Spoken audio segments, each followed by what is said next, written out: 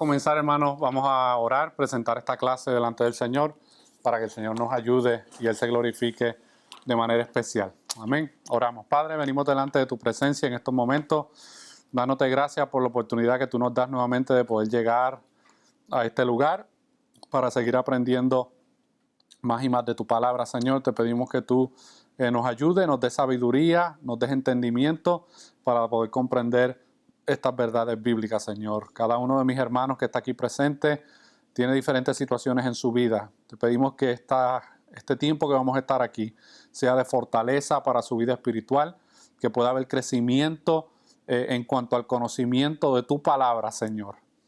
Hoy en día muchas veces los cristianos quieren crecer de otras maneras y no es a través de tu palabra. Ayúdanos, Señor, a mantenernos fieles a tu palabra, entendiendo que tu palabra es la que santifica nuestras vidas, Señor. Todo esto te lo pedimos en el nombre de Jesús. Amén y amén. Bueno, como saben, hemos estado estudiando acerca de la doctrina de Cristo el mediador, que es la clase número 8 de nuestra confesión de fe del 1689, y hoy que pues queremos seguir hablando un poquito de ella. Ya hemos hablado anteriormente acerca de la ordenación del oficio de mediador. Hablamos también acerca de la encarnación del oficio del mediador y hablamos un poquito acerca de los requisitos para el oficio de mediador.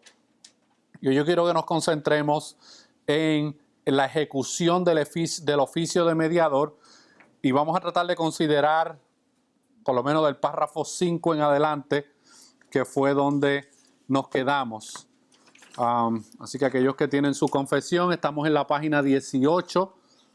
Ahí podemos ir y vamos a hablar un poquito acerca de la ejecución del oficio de mediador. ¿De qué estamos hablando cuando nos referimos a esto? Y quiero que veamos la evidencia bíblica que cada uno de estos párrafos nos da. Amén. Voy a pedir a Jimmy que nos lea el párrafo número 5. ¿Estamos todos en la página número 18? Amén. Iniciamos.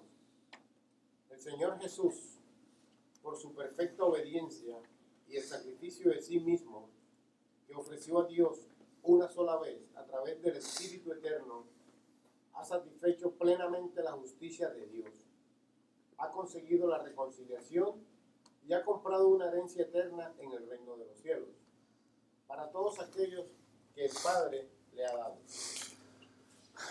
Hay unas palabras bien importantes en ese párrafo que nosotros las vamos a ir elaborando. Pero esto tiene que ver, hermano, con el tipo de expiación por el cual Cristo es nuestro mediador. En el párrafo dice varias cosas. Número 1, establece que el Señor Jesús, su obediencia fue ¿cómo? Perfecta. Okay. ¿Y por qué tenía que ser perfecta? Porque era servir a un Dios perfecto también. Correcto. ¿Por qué Adán y su descendencia no puede llevar a cabo el plan de redención?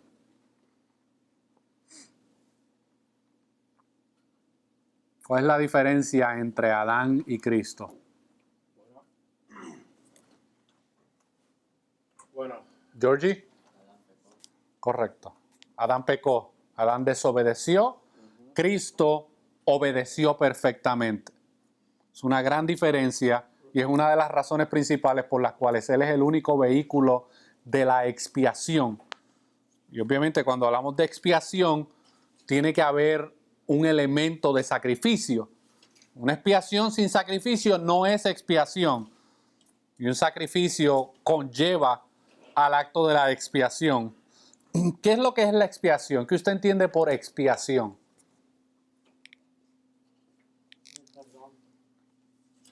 En la expiación se obtiene ¿qué? Perdón. Ajá. ¿Qué más hay en la expiación? Bueno, era quizás la manera más gráfica, para que se pueda entender mejor, Ajá. era que en el Viejo Testamento, cuando se daba la expiación, pues tenían que tomar ese animal y sacarlo totalmente campamento. Pero antes de llegar a sacarlo fuera del campamento, ese animal, ¿qué venía a hacer por el pueblo? Representante. Era un representante, pero era también un ¿qué? Un sacrificio. Sacrificio, pero era un sustituto. ¿Ok? Los pecados del pueblo eran simbólicamente puestos sobre el cordero o el becerro que iba a ser sacrificado, y sobre ese becerro y ese cordero es que el juicio de Dios simbólicamente se manifestaba en el tabernáculo y había esa expiación por los pecados. Por eso el pueblo tenía que todo el tiempo, cada año tenía que traer sacrificios por el perdón de sus pecados. Porque era ese cordero, ese carnero se convertía en un sustituto. Porque si no, la ira de Dios, el juicio de Dios caía sobre el pueblo. Inclusive el mismo sacerdote tenía que presentar sacrificios por él mismo una vez al año. Por eso es que el párrafo, cuando habla acerca de Cristo como mediador y el aspecto de la expiación, dice: el Señor Jesús, por su perfecta obediencia y el sacrificio de sí mismo, que ofreció a Dios una sola vez a través del Espíritu eterno. ¿Cuántas veces Cristo se ofreció al Padre por la expiación de nuestros pecados? Una. ¿Cuál es uno de los problemas de la doctrina de la transubstanciación en la Iglesia Católica? Que todos los domingos pasa ¿qué? La muerte de Cristo. Todos los domingos Cristo simbólicamente, bueno, en algunos casos literales, es sacrificado domingo tras domingo por medio de la ordenanza del pan y del vino. Sin embargo, hermanos, vamos a ver que las Escrituras nos revelan claramente que el sacrificio que Cristo hizo por la expiación de los pecados se hizo una sola vez y era suficiente para no tener que continuar haciéndola. Usted sabe que en el Antiguo Testamento, en el sistema de la ley, los sacrificios se hacían todos los años. ¿Por qué? Porque eran sacrificios imperfectos. El sacerdote era imperfecto y el pueblo que estaba presentando el sacrificio también era imperfecto. Pero en el caso de Cristo, Cristo mostró una obediencia perfecta y por ende su sacrificio tuvo que ser hecho una sola vez. Y esa una sola vez fue suficiente para poder expiar los pecados de su pueblo. Por eso es que el párrafo dice que ese sacrificio ha satisfecho plenamente la justicia de Dios. Y ahí quiero que nos detengamos porque ese aspecto de la justicia de Dios es bien importante en nuestro entendimiento bíblico. ¿Qué usted entiende por la justicia de Dios? ¿En qué manera la expiación satisfació la justicia de Dios? ¿Qué requería la justicia de Dios? Bueno, requería una paga. ¿Requería una paga? ¿Qué más requería? ¿Cómo era esa paga? Muerte. Esa paga era muerte, hermanos. Esa paga era muerte. Por ende, el sacrificio de Cristo aplaca, propicia, que es una palabra que vamos a ver más adelante, propicia la justicia de Dios.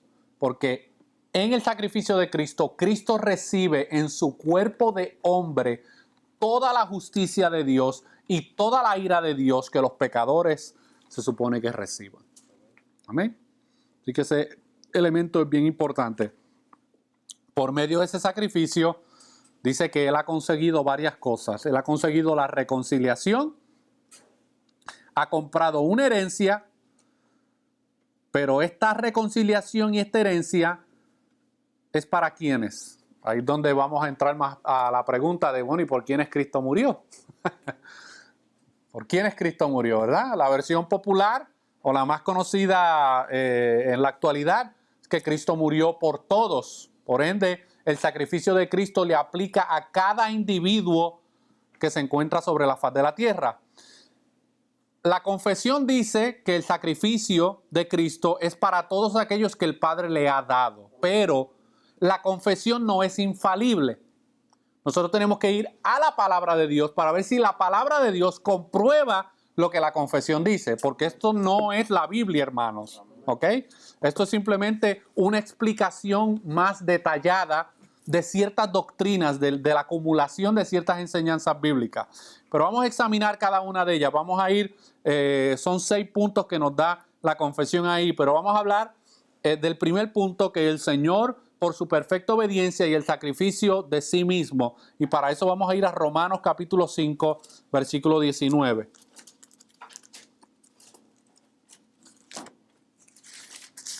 Hermana Eva, si puede leer Romanos capítulo 5, versículo 19.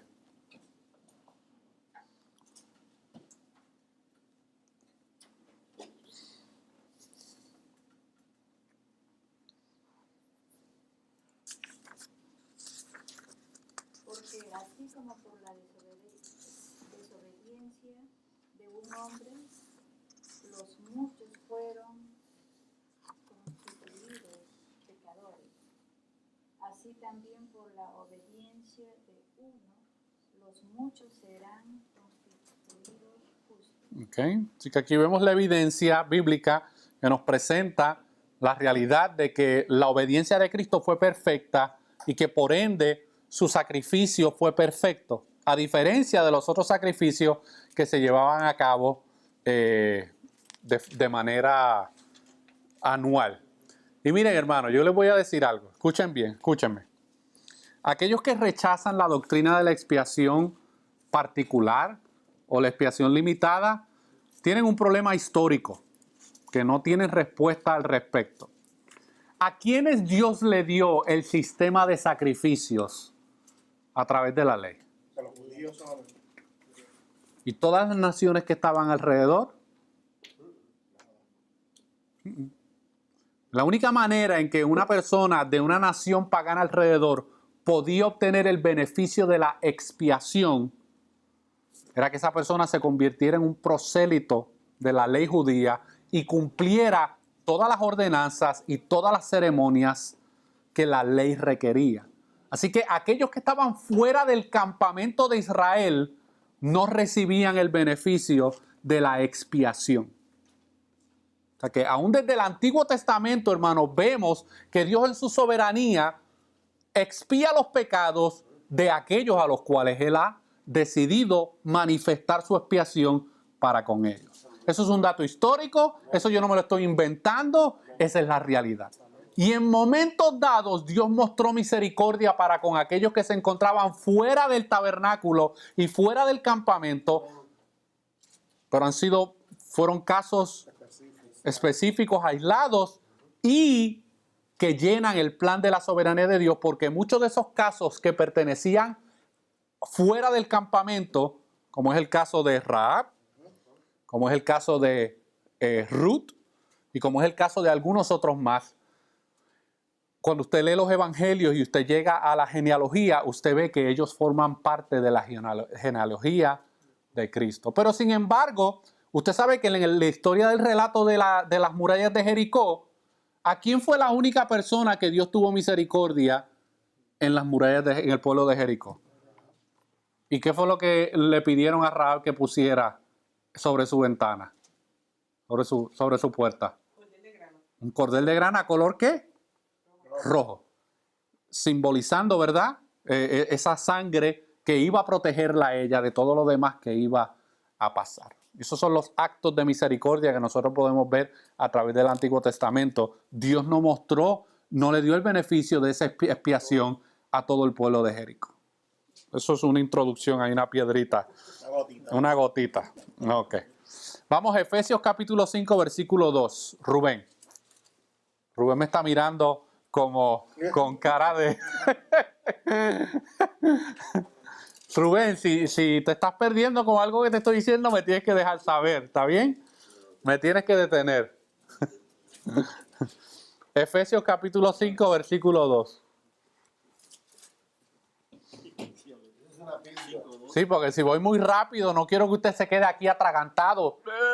No, dígame, va muy rápido, bájele, hermano Jorge. Efesios 5:2. Efesios 5:2. Y andad en amor, como también Cristo nos amó y se entregó a sí mismo por nosotros, ofrenda y sacrificio a Dios en olor fragante. Correcto. Un sacrificio totalmente agradable delante de Dios. ¿Por qué? Porque era un sacrificio sobre una obediencia perfecta, hermanos. Luego la confesión dice que ese sacrificio se ofreció a Dios una sola vez a través del Espíritu Eterno. Vamos a Hebreos capítulo 9, versículo 14 y 16. Jerica. Hebreos capítulo 9, versículos 14, 15 y 16.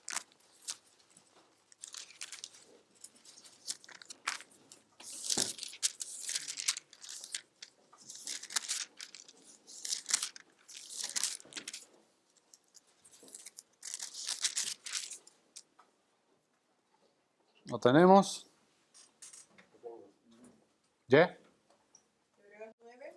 14 hasta el 16. Cuanto más la sangre de Cristo, el cual mediante el Espíritu Eterno se ofreció a sí mismo sin mancha a Dios, limpiará vuestras conciencias de obras muertas para que sirváis al Dios vivo. Así que, por eso es mediador de un nuevo pacto, para que interviniendo muerte para la remisión de las transgresiones que había bajo el primer pacto, los llamados reciban la promesa de la herencia eterna. Porque donde hay testamento es necesario que intervenga muerte del testador. Okay. Una palabra bien interesante ahí en el versículo 15, donde dice que para quienes recibirían la promesa de la herencia. Los llamados, hermanos. Los llamados reciban la promesa de la herencia eterna. Si hay un grupo de personas que es llamado, ¿qué es lo contrario a eso? Que hay un grupo que no es ¿qué? Que no son llamados. No es llamado. Yo no me lo estoy inventando, eso está claro, hermanos. ¿Ok? En este caso, los llamados, específicamente lo que está hablando aquí, ¿quiénes fueron los que recibieron el llamado del pacto? Los judíos, el pueblo de Israel fueron los beneficiarios de ese pacto de Dios. Luego dice que ese sacrificio ha satisfecho plenamente la justicia de Dios. Pero antes de llegar ahí, vamos a Hebreos 10, del 10 y 14. Isaac. Hebreos 10, del 10 al 14. En esa voluntad nosotros somos santificados mediante la ofrenda del cuerpo de Jesucristo hecha una sola vez. Y ciertamente todo sacerdote se presenta cada día ministrando y ofreciendo muchas veces los mismos sacrificios que nunca pueden quitar los pecados.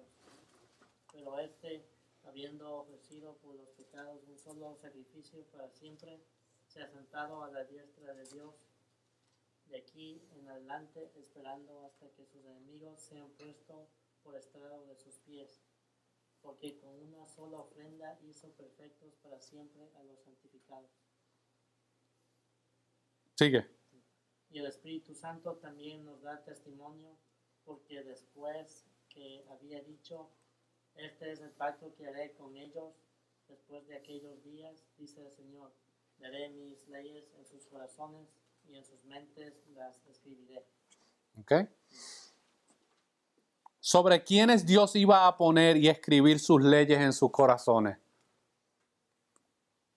Sobre su pueblo, hermano. Sobre aquellos que han sido llamados y sobre aquellos que han sido santificados. Por eso el versículo 14 dice, porque con una ofrenda hizo perfectos para siempre, hermano. Perfectos para siempre. No perfectos temporalmente. Esto está hablando del alcance de la expiación. ¿Cuánto dura los efectos de la expiación de Cristo sobre la vida de un creyente? O es temporal o es perfecto. O es temporal o es para siempre. Para aquellos que a lo mejor le está pasando por encima lo que le estoy tratando de decir. Aquellos que dudan de la seguridad de la salvación de un creyente están menospreciando inconscientemente o ignorantemente los efectos de la expiación, hermano. Así de sencillo. Porque la expiación de Cristo, hermano, tiene el propósito y el poder para ser perfectos para siempre a los santificados. Por eso en Romanos capítulo 8, versículos 30 en adelante, dice, a los que antes conoció, a estos también los predestinó, a los que predestinó, a estos también justificó, a los que justificó, a estos también santificó, y a los que santificó también los glorificó. No dice los glorificará, ya los da por glorificados. Esos son los efectos y el poder de la expiación, hermano. Así que vemos que el sacrificio de Cristo fue aceptado porque fue una obediencia perfecta, ha satisfecho completamente la justicia de Dios, ¿ok? Ha conseguido la reconciliación y comprado una herencia eterna en el reino de los cielos para todos aquellos que el Padre le ha dado. Vamos a hablar de ese aspecto de la reconciliación y de la herencia eterna.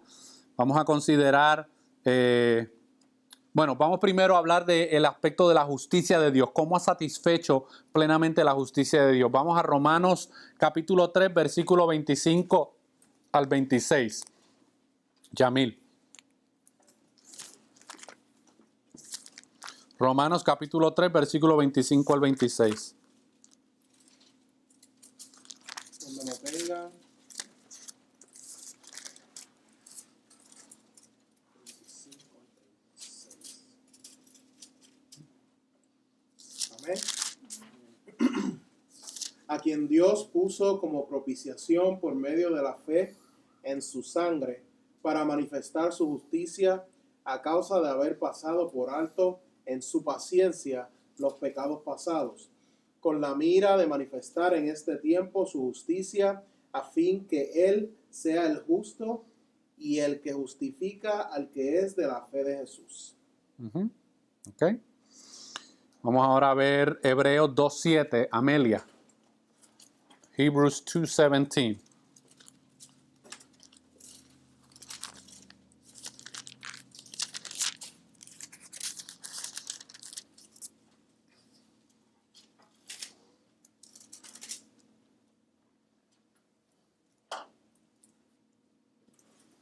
Por lo cual debía ser en todo semejante a sus hermanos, para venir a ser misericordioso y fiel sumo sacerdote en lo que a Dios se refiere, para expiar los pecados del pueblo.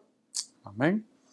Así que el propósito del sacrificio de Cristo era satisfacer la justicia de Dios y poder servir como una expiación suficiente sobre los pecados de su pueblo.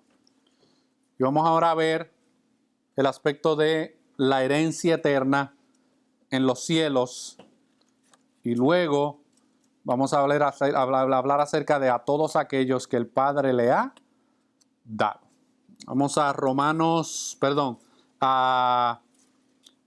vamos a 2 de Corintios 5:18. Jimmy.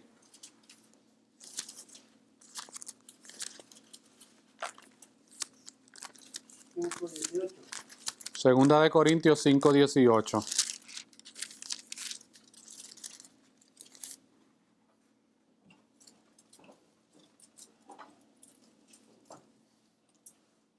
Y todo esto proviene de Dios, quien nos reconcilió consigo mismo por Cristo y nos dio el ministerio de la reconciliación.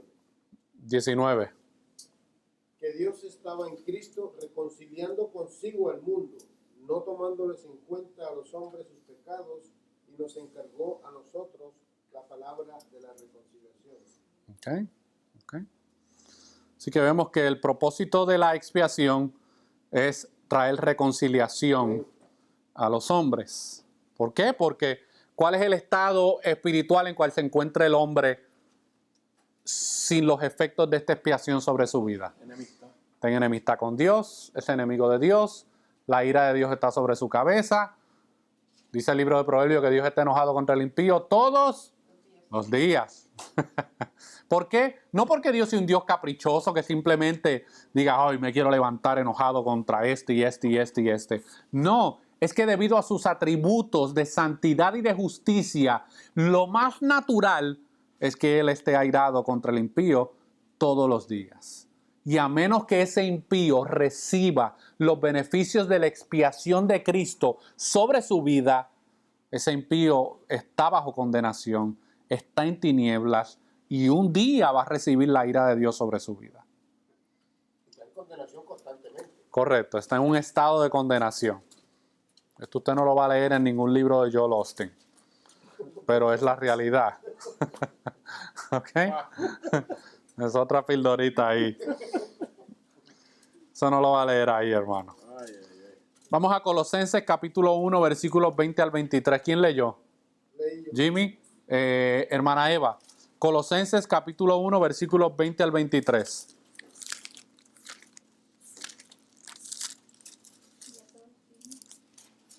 Casi, casi. Amén.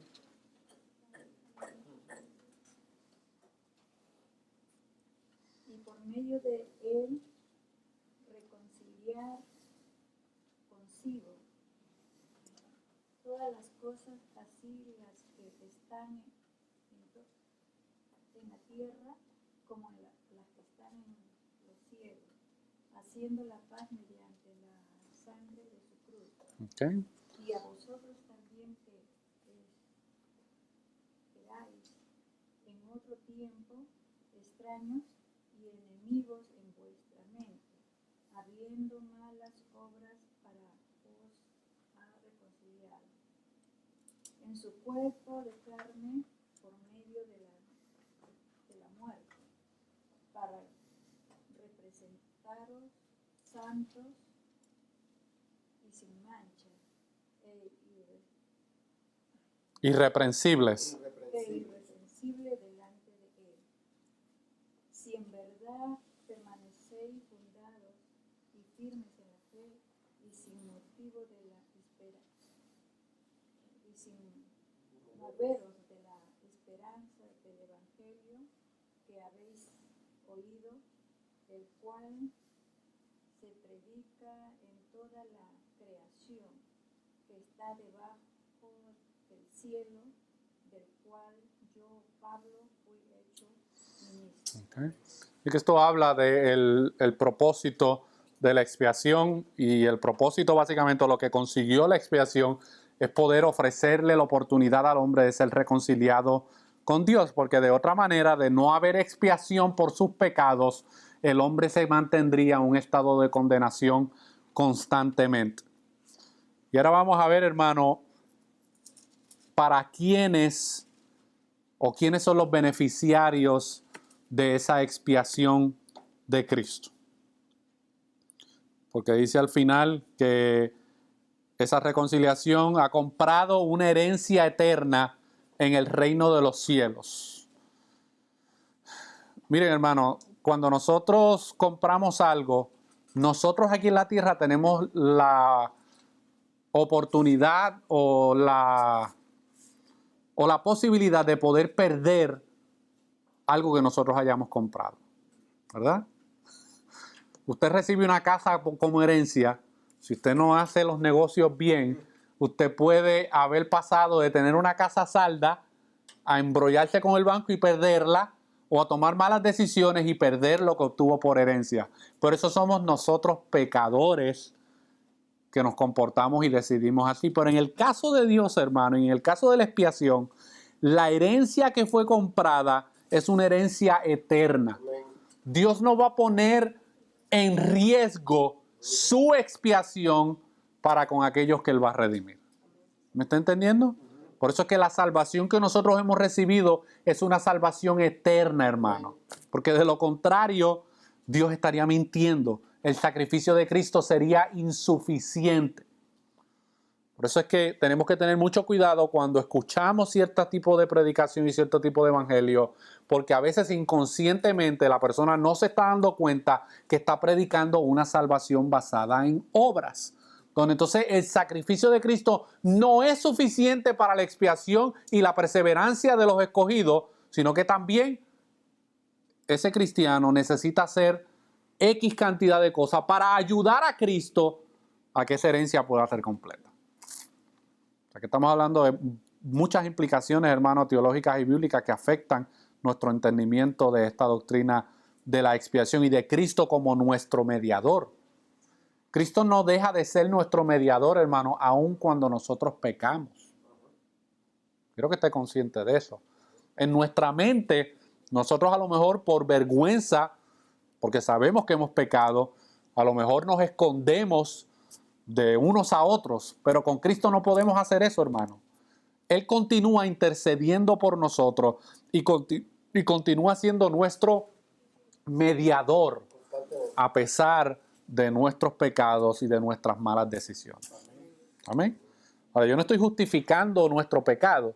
Lo que estoy presentando es la realidad de que Cristo, hermano, sigue siendo el mediador perfecto para nuestras vidas. Y vamos a ver el alcance de esa expiación o el alcance de Cristo como mediador. Para eso tenemos que considerar el pasaje de Juan capítulo 17, versículo 2. Rubén. El Evangelio según San Juan, capítulo 17, versículo 2. Y luego de aquí me voy a detener un momentito para contestar cualquier pregunta. Como le has dado potestad sobre toda carne, para que dé vida eterna a todos los que le diste. Okay. Vamos a tratar de hacer un exégesis de ese pasaje. El Padre le dio potestad a Cristo sobre ¿qué? Toda carne. Sobre toda carne, ¿verdad? Cuando las escrituras hablan de toda carne, se está refiriendo a todos los seres humanos y sobre toda cosa creada. Pero ¿a quiénes le da vida eterna de toda esa carne, representando la humanidad? ¿A quiénes Él le da vida eterna? A los que le diste. A los que le diste, hermano. Correcto. Entonces, esto es otro de esos textos bíblicos que desborona la expiación universal, donde el sacrificio de Cristo tiene efectividad sobre todas las personas. En algunos casos, aquí hay dos posturas. Está el universalismo. ¿Alguien sabe lo que es el universalismo? ¿Qué es el universalismo, Georgie? Ok, pero ¿saben lo que es? Universalism. O sea, lo que cree básicamente que todo el mundo va al cielo, que importa que crea. Más o menos, sí, aunque él no lo ha dicho así abiertamente, pero el universalismo básicamente indica de que todos los seres humanos, independientemente de que crean en Cristo o no, son salvos y van a ser salvos al final de todos los tiempos. Eso es universalismo, ¿ok? Pero eso es un extremo, ¿verdad? Eso es un extremo peligroso. Pero también está, pues, lo que se conoce como el semipelagianismo o el arminianismo, que enseña básicamente de que el sacrificio de Cristo tiene efectividad sobre todas las personas, pero que solamente tiene su poder para aquellos que voluntariamente deciden creer en Cristo. ¿Está viendo la diferencia entre uno y el otro? Ok. Ese no está en la categoría todavía de la herejía como el universalismo, pero no es una verdad completa. No es una verdad completa. O sea, ay, hermano. No es una verdad completa. ¿Ok? Ok. Vamos, ¿alguna duda o pregunta hasta ahí? Quiero detenerme ahí. ¿Alguna duda o pregunta? Algunos me están mirando con ojos así bien grandes. Están pensando que... ¿Ah? Any questions? Solo un comentario Yeah. de que una vez was it one of your friends there she said that the Bible said that every tongue shall bow Yes. down and confess that he's Lord. That's correct. Then everybody's gonna be saved. Ajá. Yeah. Pero una persona toma ese versículo que dice que el pasaje que dice que toda lengua confesará que Cristo es el Señor. Correcto. Y asumen de que todo ser humano, no importa cómo hayan vivido en el día del juicio, se van a confesar a Dios como Señor y ahí se van a salvar. Correcto. Eso no es lo que la Biblia revela. Yeah. Eso cae en universalismo. Eso es lo que predica Rob Bell. Eso es lo que predica Carlton Pearson. Eso es lo que predica Robert Schuller, que son predicadores bastante influyentes. A lo mejor algunos de ustedes no saben quiénes son. pero eso raya en el universalismo. Eso es un texto sacado fuera de su contexto. Sí, hermano, en el día del juicio, todos los seres humanos, hayan creído o no hayan creído, van a reconocer que ese personaje que está ahí es Cristo el Señor y Salvador. Así que es un texto más de juicio que Correcto. otra cosa. Yeah. If, like, okay. Christ, I want to make sure I'm right with this. Mhm. Christ only died for those who God has given him. Yes? That's correct. Because if he died for everyone, then everyone saved. Yes? That's correct. Yes. Basically. That's correct. Because it's a done transaction. It's done. That's correct. Yeah, lo que dice Amelia, el argumento resumido es que Cristo murió, hermano. El sacrificio de Cristo tiene eficacia y poder para salvar sobre aquellos que el Padre le dio al Hijo. Lo contrario sería que el sacrificio de Cristo tiene efectividad y poder para salvar a todos. ¿El sacrificio de Cristo tiene poder para salvar a todos? Claro que sí. Does it have power to save everybody if God wanted that? Yes. But is that what really happens? No. No. Ok. Luego más adelante vamos a hablar un poquito más acerca de esto. Porque esto habla acerca del alcance de la expiación, hermano. Miren, créame que esta doctrina, this doctrine, no, it's not popular. Okay? No es popular. Hay creyentes que cuando vean este video o me escuchen en algún sitio o escuchen esta enseñanza, automáticamente, si tuvieran la capacidad de prenderme en fuego, lo harían. Porque para ellos es totalmente inconcebible el que la expiación de Cristo solamente tenga poder para salvar a aquellos a los que el Padre le dio a Cristo, ¿verdad? Porque eso parte de esta salvación universal, la cual, por alguna razón, hermano, los seres humanos creen que se merecen. Like human beings believe that they have earned or that they have merited salvation. Okay, Jerica. En Deuteronomio 23 habla de los incluidos de la congregación de Israel. Ajá. Y el Señor hace una salvedad de quienes podían entrar hasta la 10ª generación. Yeah. Pero quienes nunca iban a entrar, y en ese grupo están los amonitas, los moabitas y los amonitas. Correcto. El Señor dijo que ellos nunca iban a entrar en la congregación. Correcto. Entonces, ya dio pauta desde un principio en su soberanía y en su sabiduría el por qué le estaba negando el paso a estos dos pueblos. Yeah. Los excluyó para siempre, no tenían forma nunca de pertenecer a las filas de Israel. Correcto. Pues así mismo pasa con la salvación del ser humano. Es Ujú. un tema complejo para nosotros, Yeah. pero en su soberanía y sabiduría Dios ha escogido un remanente Ujú. porque todos iban camino al infierno. El problema no es que uno se los mereciera, es que de todo el mundo que va al infierno, Ajá. Dios por su gracia escogió a algunos, nos guste o no nos guste. Correcto. Miren, hay un ejemplo en el Antiguo Testamento que comprueba este aspecto desde el principio, y es el arca de Noé. Usted sabe que Dios le dio exactamente las medidas al arca de Noé, ¿verdad? Y Dios le dijo a Noé, en esa arca van a ir animales de cada especie, una pareja de cada especie, y solamente vas a entrar tú y tu familia. Eso es todo. 8 personas nada más. 8 personas nada más, hermano. Vemos la expiación, hermano, porque ahí cayó el juicio de Dios. Y el arca sirvió como ese instrumento protector sobre su pueblo. Por eso es que esas predicaciones que yo escuchaba y que yo mismo dije en momentos dados, cuando yo salí a evangelizar a las calles en Puerto Rico, sí, mi amigo, porque la puerta del arca está abierta para tu vida y esta es la noche de salvación. Mentiras. Porque es que el arca ya había sido diseñada con un tamaño específico y Dios le había dado instrucciones de quiénes eran los que iban a entrar. Y punto.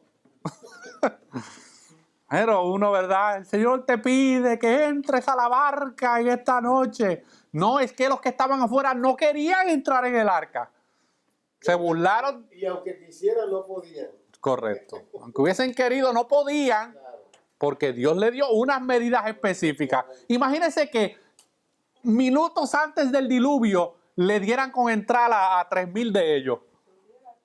Bueno, iban a caber en el arca, hermano, porque el arca tenía un tamaño específico, unas dimensiones específicas dadas por Dios. Y siguiendo con el ejemplo de Jerry, que Dios Ajá. ¿quién cerró la puerta? La cerró Dios, hermano. Esa puerta la cerró Dios. Y entre todos los animales se cogieron dos lados. Y a lo mejor, hermano, no estoy aquí especulando, pero yo estoy casi seguro que Moisés y su familia dijeron, diantre, hermano, allá afuera hay un montón de gente que se va a morir. Pero esa puerta la cerró Dios, hermano, y no había quien la abriera. ¿Ok? Ok. ¿Alguna duda o pregunta? Ay, ay, ay. Si le da dolor de cabeza, hermano, no se preocupe, le damos Tylenol, o algún medicamento para que pueda poco a poco ir digiriendo esto, hermano. Ok. Así que vamos ahora a el punto número 6. Vamos al punto número 6. Hermano, Sí, adelante, Rubén. entonces, en sí, la palabra expiación podría ser reconciliación a los hombres. La expiación provee reconciliación. Correcto, provee reconciliación. Vamos al párrafo número 6. Alguien que lo pueda leer.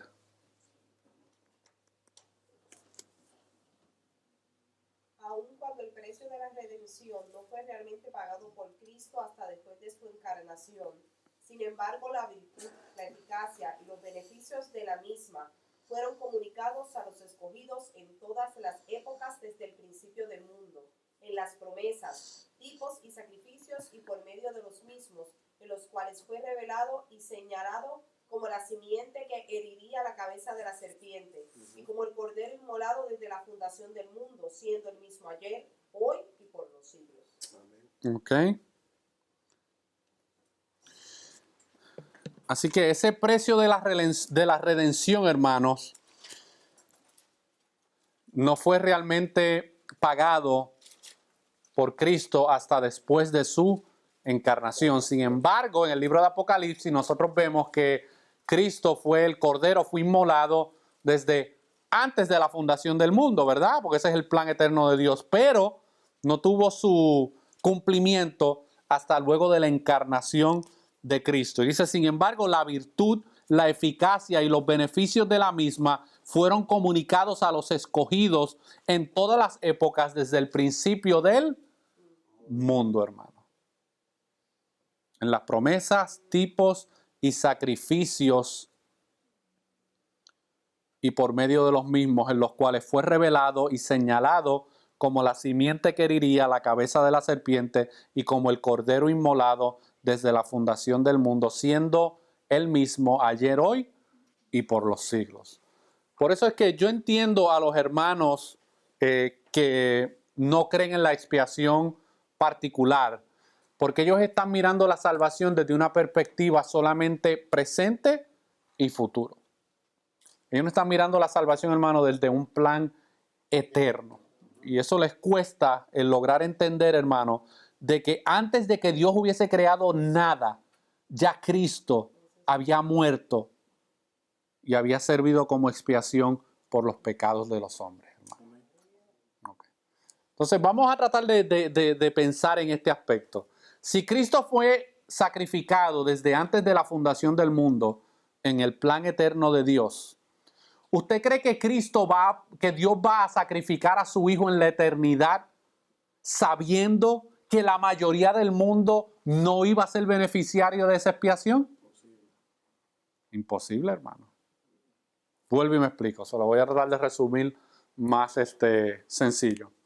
Desde antes de la fundación del mundo, Dios estableció que Cristo moriría y que serviría por la expiación de los pecados.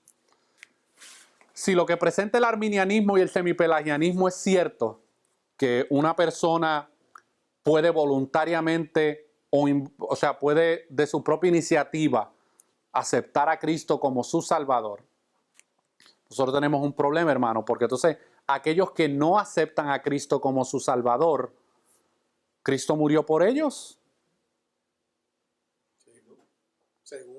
Según el arminianismo y el semipelagianismo, sí. Cristo murió también por aquellos aún a los cuales los rechazaría. Por eso es mirando la expiación, hermano, desde una manera presente y solamente mirando hacia el futuro. Dios no va a diseñar un plan en la eternidad para simplemente ver, a ver cuál va a ser la reacción de los hombres, porque es que ya Dios conoce la reacción de los hombres. Ya Dios conoce cuál iba a ser la decisión de los hombres, hermano. Amén. ¿Alguna duda o pregunta hasta ahí?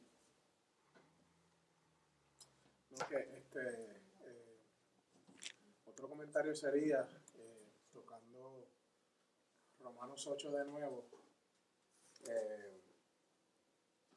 porque los mismos hermanos que dicen eso, cogen Romanos 8 y se lo llevan al corazón también. Uh-huh. Pero Romanos 8 es un versículo que dice que es precreación y es un versículo que es eternal, porque eso también especifica el plan de Dios cuando dice aquellos que llamó, Uh-huh. lo justificó, santificó, glorificó, es algo que estaba antes de que pasara. Correcto.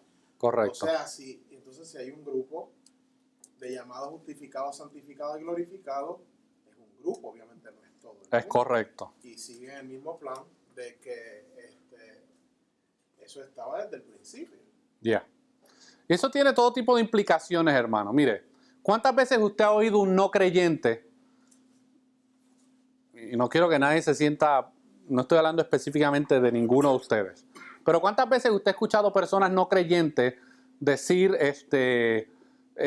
yo le oré a Cristo y Cristo me contestó? Amén. O Dios escucha mis oraciones. No, hermano, porque es que Cristo es mediador solamente de los creyentes. Cristo está intercediendo por los suyos. Él no intercede por todo. Mire, si no me cree, vamos a Juan 17. Vamos a Juan capítulo 17.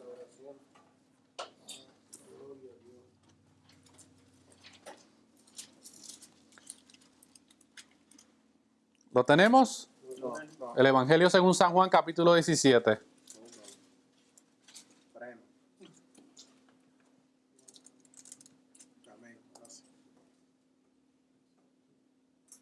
Ok, dice, estas cosas habló Jesús y levantando los ojos al cielo dijo, Padre, la hora ha llegado, glorifica a tu Hijo para que también tu Hijo te glorifique a ti.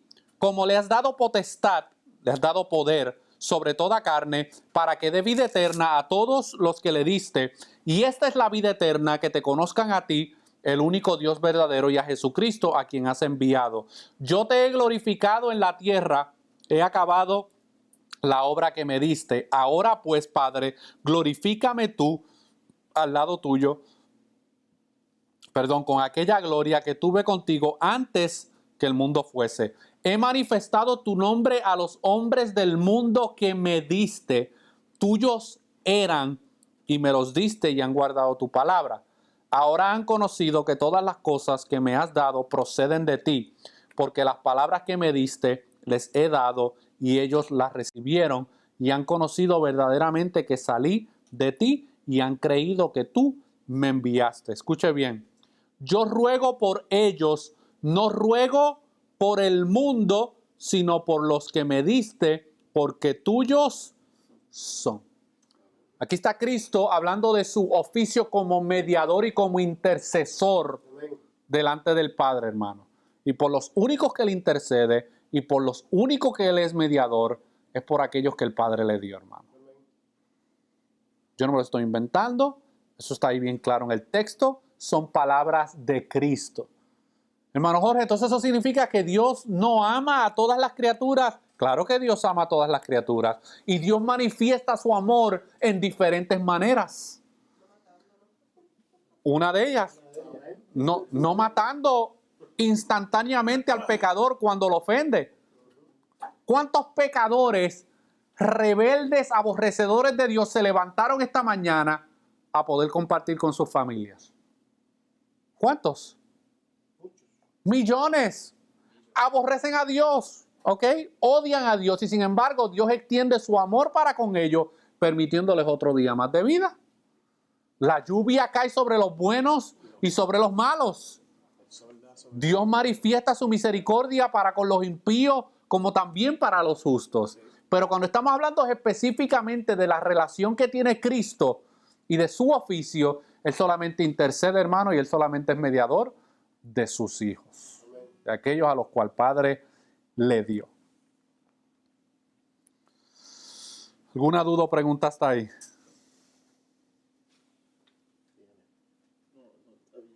¿Todo bien? Bueno, preguntas hay muchas. Ok. Porque si uno se fuera entonces a enliar, uno dice, bueno, entonces, ¿por qué Dios formó al mundo, formó a los hombres? Yeah. Si sabía que los hombres iban a fallar, que el primer hombre iba a pecar, ¿por qué sacrifica a Cristo? ¿Para que uno lo salva, otro lo manda al infierno? O sea, bueno, Correcto, porque correcto. la pregunta existencial es nuestra mente finita. Correcto. Pero la Biblia provee respuestas a esa pregunta. Que a nosotros no nos agrade lo que la Biblia tiene que decir al respecto, eso es otro cantar. Pero la Biblia provee respuestas, hermano. No nos deja con dudas acerca de cuál es el plan de Dios en este aspecto. Amén. Bueno, vamos a dejarlo hasta ahí, hermano. Yo sé que la clase es un poquito corta, pero yo tengo un compromiso ahorita a las 9, que tengo que estar para la transmisión de una conferencia que va a empezar ya mismito. Así que vamos a orar para despedirnos. Yo le voy a pedir que usted continúe estudiando y leyendo la confesión. Y si a usted le surge alguna duda, por favor, acérquese, ¿está bien? Pregunte. Hoy no, porque no se la voy a poder contestar hoy, pero escríbala en un papel y me deja saber y compartimos y nos sentamos y platicamos. Amén. O libros de recomendación, les recomiendo varios. Hay uno que se llama Vida por su muerte, de John Owen, hermano. Ese libro, hermano, terrible. ¿Ok? Y hay otro que se llama de A.W. Pink. ¿Cómo se llama el de A.W. Pink? No recuerdo bien el nombre ahora, pero ese de John Owen, de Vida por su muerte, da una exposición muy clara de principio a fin de lo que es la doctrina de la expiación particular. Amén. Así que vamos a orar. Yo le voy a pedir a Isaac que nos despida en oración.